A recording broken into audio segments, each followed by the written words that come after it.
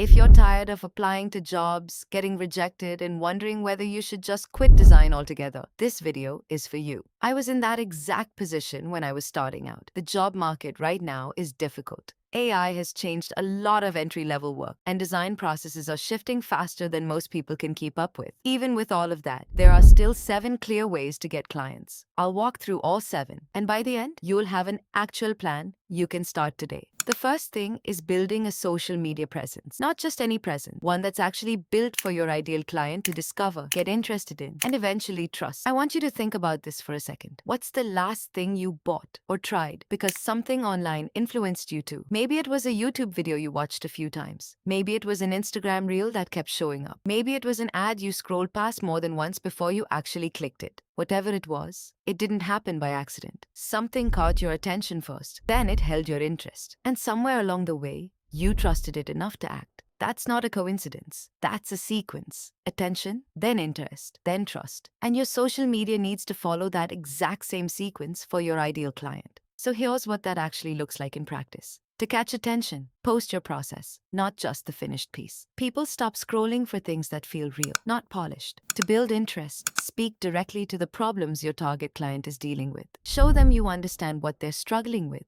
before you show them the solution. And to build trust, post your actual work as proof, not a mock-up you found online. Real examples, real results. A designer who's visibly active, sharing her process, her thinking, her actual work, has a real advantage over one who only posts a finished piece every once in a while. Keep that sequence in mind because it's going to come up again as we go through the rest of this. Second, pick 2 or 3 niches, not everyone. For me, the businesses that consistently respond are lash technicians, nail technicians, florists, and coffee shops. Small businesses that rely heavily on visuals and trust to bring in customers. When you niche down, your outreach becomes more specific because you already understand the exact problems those businesses face. This connects directly to the first point. Don't just post final designs. Post your process and post content that speaks to what your ideal client is actually struggling with. This is what turns a passive viewer into someone who reaches out to you first. Fourth, expand where you're actually looking for work. I want to be fair here. Upwork, Fiverr, and have genuinely helped a lot of designers get started.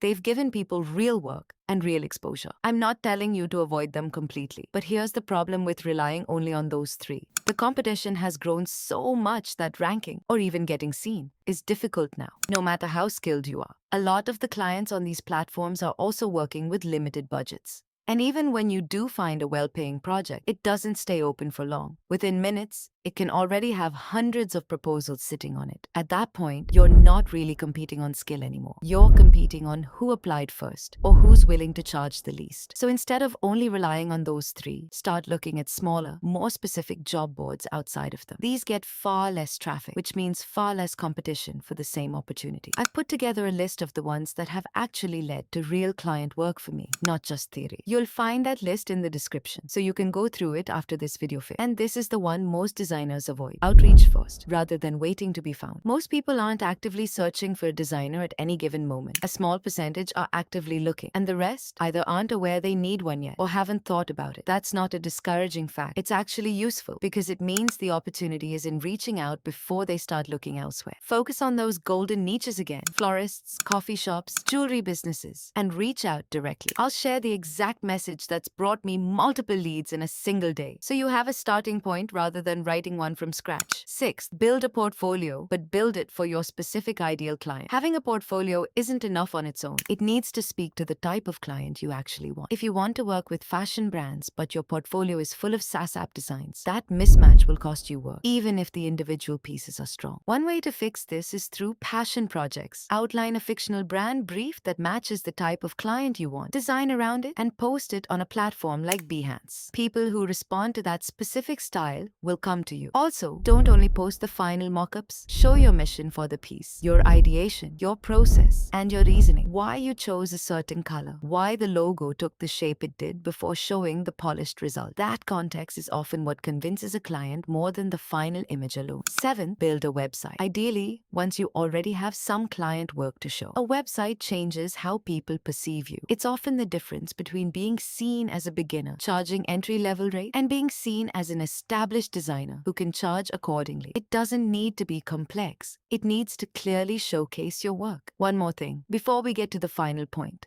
Consider starting a YouTube channel of your own. Right now, content is one of the most effective ways to be discovered, not just followed. A well-made video can bring a client to you months after you post it, from a search you didn't even know they'd make. That's different from outreach, where you have to go find every single opportunity yourself. I know what you might be thinking, that it's too late, that everyone's already doing this, that the space is too crowded now. It isn't too late. I'm making this exact video on a channel that's just getting started for that exact reason. If you've been putting this off because it feels late, take this as your sign that it isn't. Last point, and probably the most important one. None of this happens quickly. You can do everything correctly and still not see results in the first few weeks or even the first few months. Most businesses take 3 to 5 years to reach real stability, not one. If you're starting this path, prepare for that timeline mentally. Expect periods with little visible progress. Those quieter months aren't a sign that something is wrong. They're usually part of the process that leads to the results you're working toward. Growth in this field is rarely immediate, and expecting it to be can make normal setbacks feel like failure when they aren't. If this was useful, subscribe. I'm sharing this process as I go, including what's working and what isn't. And if you want the exact outreach message and the job board list I mentioned, they're both linked in the description.